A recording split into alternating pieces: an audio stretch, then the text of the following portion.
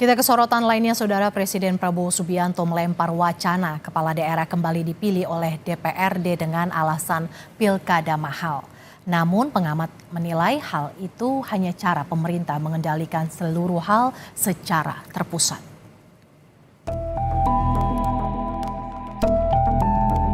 Presiden Prabowo Subianto melempar wacana kepala daerah dipilih DPRD saat menghadiri HUT ke-60 Partai Golkar.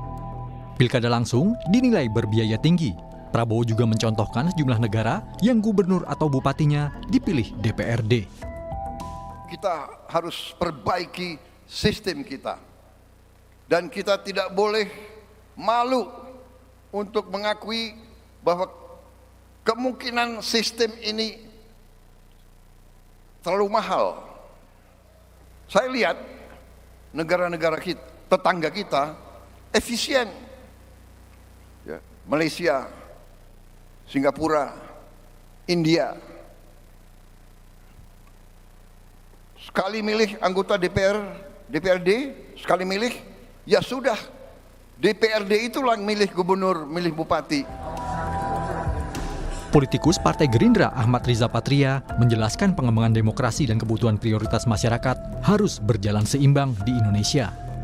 Pilkada langsung membutuhkan biaya tidak sedikit, sementara masih ada kebutuhan masyarakat yang lebih penting. Anggaran daripada pilkada langsung luar biasa, ya. Jadi ini perlu menjadi perhatian. Setiap tahun jumlahnya terus bertambah sangat besar, dan apabila anggaran ini kita alokasikan untuk kepentingan infrastruktur, untuk kepentingan swasembada pangan, untuk kepentingan pendidikan, untuk kepentingan kesehatan dan lain-lain, saya kira manfaatnya jauh dapat dirasakan oleh seluruh rakyat Indonesia. Jadi demokrasi kita harus terus kita kembangkan, tapi juga ada kepentingan-kepentingan prioritas yang harus kita dahulukan. Pakar hukum tata negara Ferry Amsari mengatakan, wacana pilkada dipilih oleh DPRD ini hanyalah soal mengendalikan seluruh hal secara terpusat. Ya, mereka juga menjadi alat-alat kepentingan teman-teman partai politik yang dominan. Di titik tertentu kita bisa mengetahui itu membebankan banyak hal. Program-program mereka tidak tepat sasaran untuk penyelenggaraan pemilu yang baik. Oleh karena itu biaya mahal ini bukan soal pemilu langsung atau tidak langsung, tetapi soal kepentingan bagaimana mau mengendalikan seluruh hal secara terpusat, dan kedua membuka ruang orang-orang tertentu dapat menjadi kepala daerah.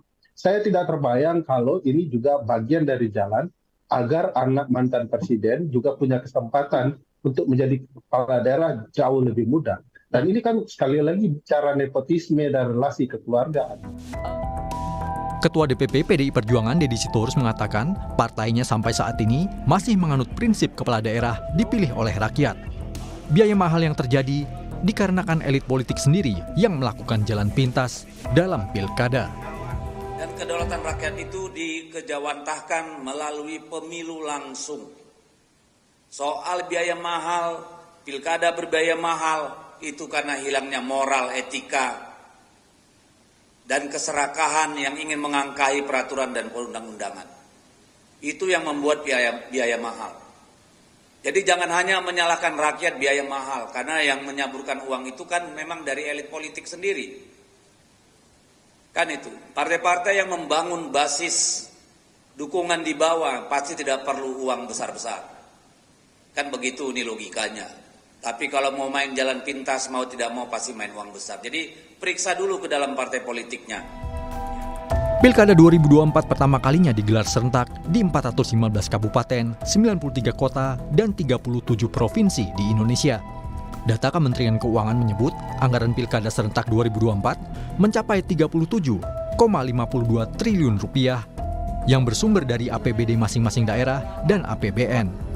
Tim Liputan, Kompas.